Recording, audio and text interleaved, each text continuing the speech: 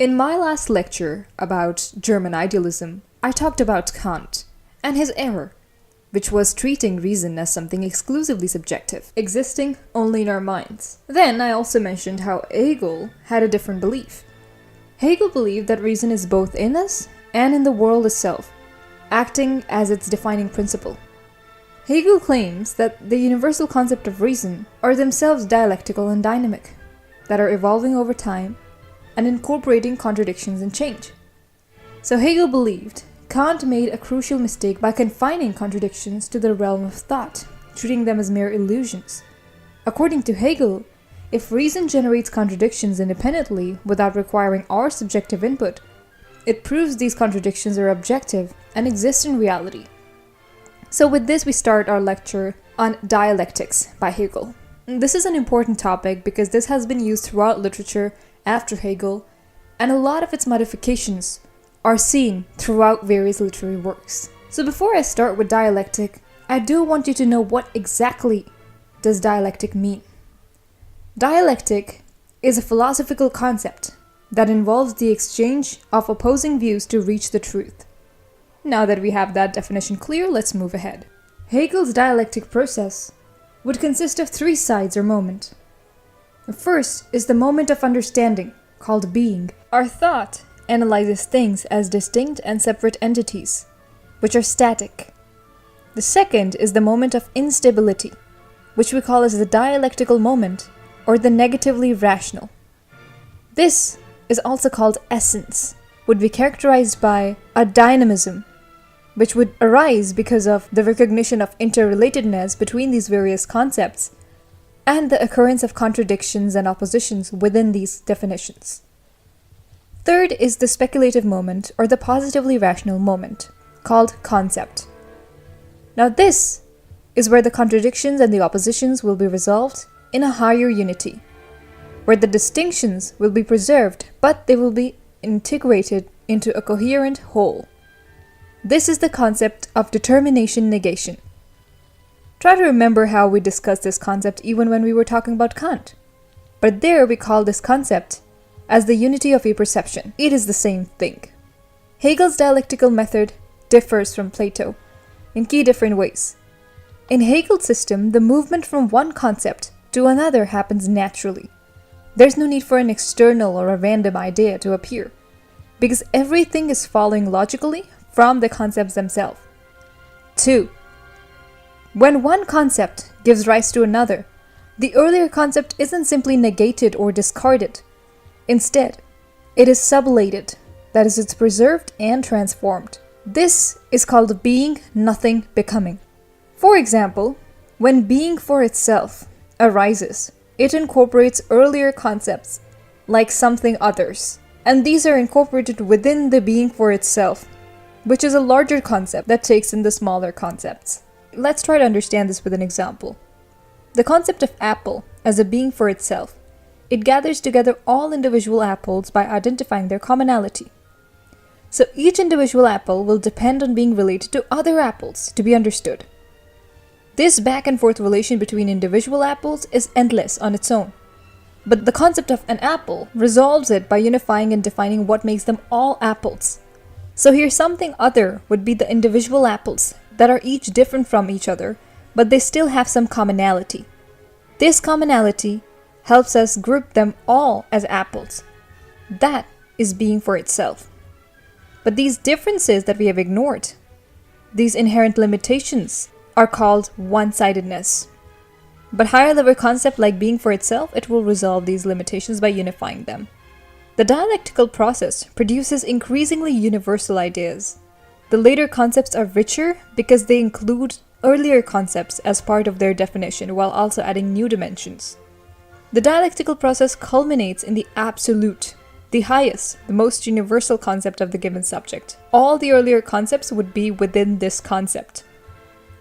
Imagine the absolute as an all-encompassing oval, which is filled with smaller rings, representing earlier, less universal stages that are now unified in the complete system. Since the absolute concepts for each subject matter lead into one another, they constitute Hegel's entire philosophical system. Take one absolute idea. Now take tens of them, all of them would have something in common, through which they're able to interact with each other. I took an individual apple. I take many other individual apples, all of them having some differences, but all of them being apples, that being a common feature of them. They form a being for itself. That being of itself, of one kind of apple, would be a part of another being of itself, of apple in general. This is my absolute idea. Apart from this absolute idea, I would probably have absolute ideas about bananas, absolute ideas about oranges, absolute idea about strawberries. And all of these ideas would fall into one philosophical system. That would be the system of fruits. So the whole philosophical system would be the circle of circles. This is Hegel's dialectic. Now, some believe that Hegel's dialectics follow a thesis, antithesis, synthesis pattern. What the hell is that? Well, it's nothing different from what we just discussed. Remember how I just discussed being, nothing, and becoming? Where being was introduction to a new kind of concept, nothing was then finding a contradiction to that and opposing it, and becoming, where you take both the concepts, the thesis, the being, and the antithesis, the nothing, combine them together to form one coherent whole. That is becoming, or that what I call synthesis. So are they the same things? Yes, they are. That's just a different way of wording them. So don't get confused. Being, nothing, becoming is similar to thesis, antithesis, synthesis pattern. There's a catch here. Nothing. Nothing is initially understood as pure absence. It's the lack of any content. If you look at the definition of nothing in Cambridge Dictionary, it means not anything. Nothing is itself an undefined content. Because what is anything?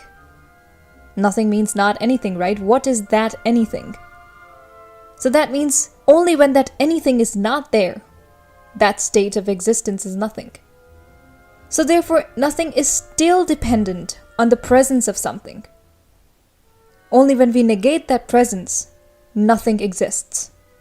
So nothing implies presence, just as being does. And this is how we're able to unify both these concepts and lead being and nothing into becoming. Therefore, both being and nothing are undefined concepts.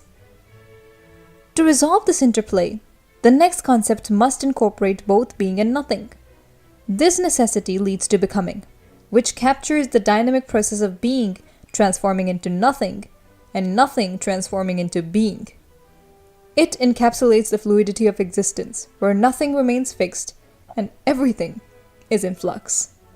During the time when Hegel was writing, the values and ideals of mainstream bourgeois enlightenment prevailed.